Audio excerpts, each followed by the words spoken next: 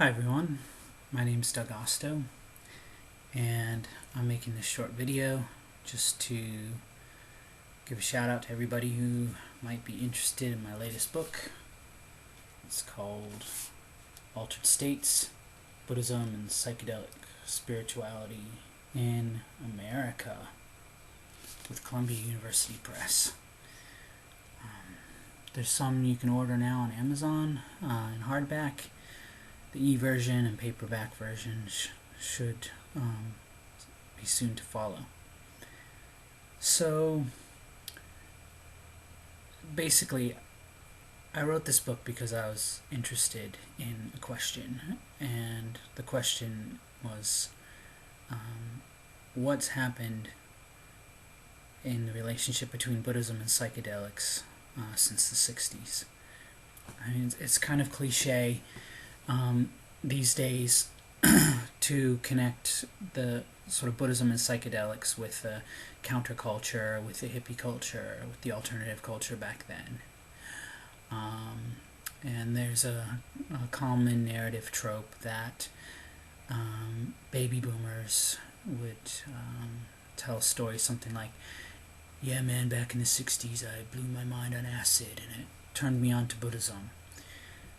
And and not deny the value of that, and that definitely did happen, but an untold story, for me anyway, is what's happened since then, and how did these two types of alternative spirituality, American convert Buddhism and psychedelic spirituality, sort of co-emerge in the United States in the mid-20th century, and how have they evolved since then?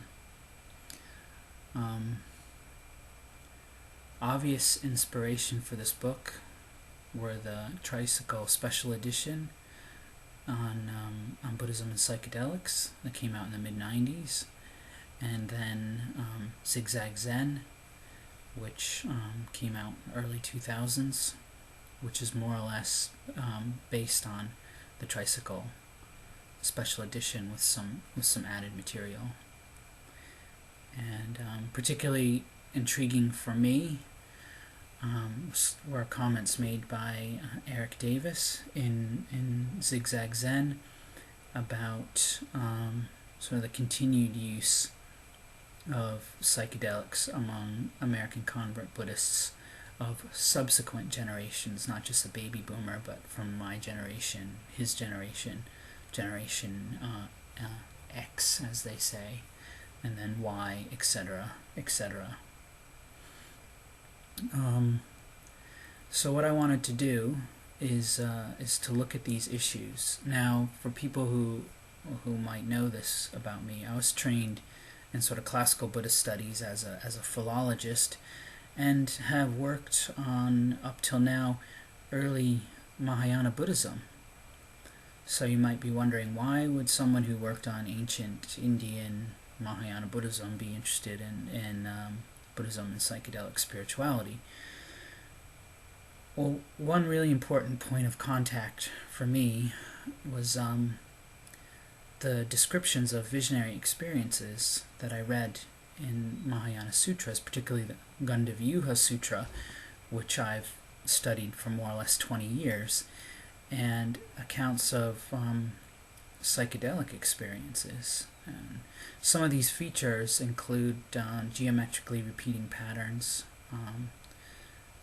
expanse of space and time to limitless dimensions, the use of light imagery.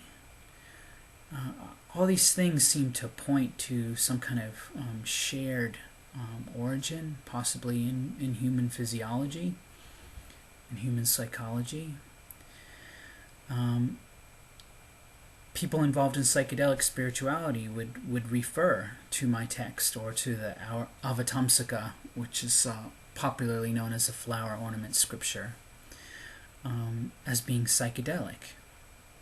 And so the question arose for me was, to what extent can we say this is psychedelic, or these people are just projecting their own views from their culture and historical context onto these ancient texts. So these were some of the issues I was interested in. And so basically what I did was I put together an online survey on Buddhist attitudes towards psychoactive chemicals. I conducted formal interviews with 29 individuals in person, online through Skype software, by email. I did the historical research on both Buddhism and psychedelics. Particularly important for this work was stuff that was been done by Rick Fields. And did some more analysis into some comparative study in cross-cultural study on altered states of consciousness, and came up with the book.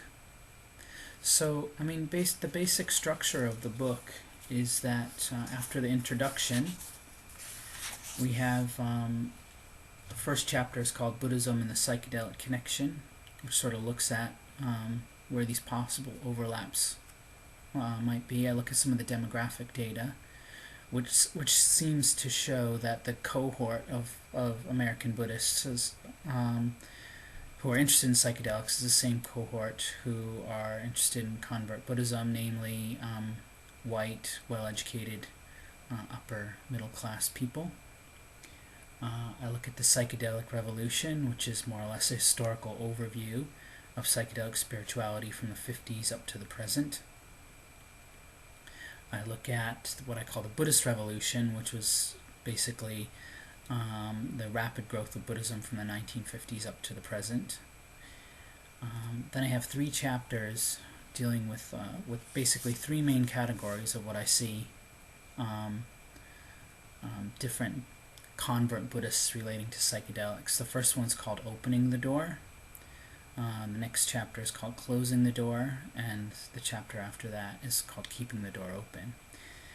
And so, Opening the Door is pretty much about people who experience with psychedelics was as a kind of gateway to a more committed Buddhist practice.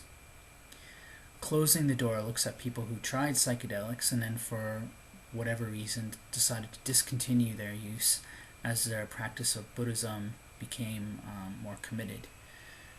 And then Keeping the Door Open is about people who've continued to practice Buddhism and to use psychedelics as a way of augmenting or supplementing their Buddhist practice. Now after this, in chapter 7 is called Are Psychedelics the True Dharma? So debates, presuppositions, and philosophical issues. Now here I get into the nitty-gritty of some topics such as the nature of chemical spirituality, debate within American Buddhism as to whether psychedelics are useful or not. I look at an essay that was written by Myron Stolaroff. I compare this to a review of Zigzag Zen by Redman, and they take diametrically opposed views. I look at some of the early debates about chemical spirituality that took place between Huxley, R.C. Zahner, and Houston Smith. And then I interrogate this whole idea of experience, because for both groups, experience has always been a central category, used rhetorically as a particular strategy. And so I interrogate that whole idea, the category of experience, and how it's used by Buddhists and psychedelicists. I look at some of the more recent studies that have been done, Rick Strausman's studies on DMT, the Johns Hopkins studies on psilocybin, and then I draw some conclusions. In the conclusions, I look at some ideas such as re-enchantment. I look at some ideas about it thinking and I thinking that are proposed by Gananath Obasekara.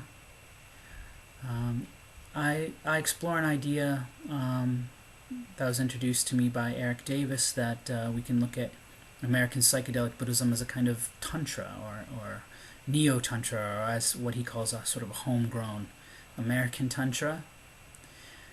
And then at the very end of the book, I include a short autobiographical note describing my own personal practice of Mahayana Buddhism, and some of my experimentation with some psychoactive chemicals. So I really enjoyed writing this book. It was not easy, but I was really amazed by the help that I got from the participants in my study. I was really happy with everybody at Columbia. They've been so great, very professional, extremely helpful, and then also really grateful to my university, Massey University, for giving me the time and money to do this, and my family and friends who have always really encouraged my research and have inspired me to keep going. So I encourage you, if you want to know more, to get a copy of my book. Like I said, you can get it on Amazon. Right now it's in hardback, but it will be coming out in paperback and in e-versions. So namaste, and I'll talk to you again soon. Bye.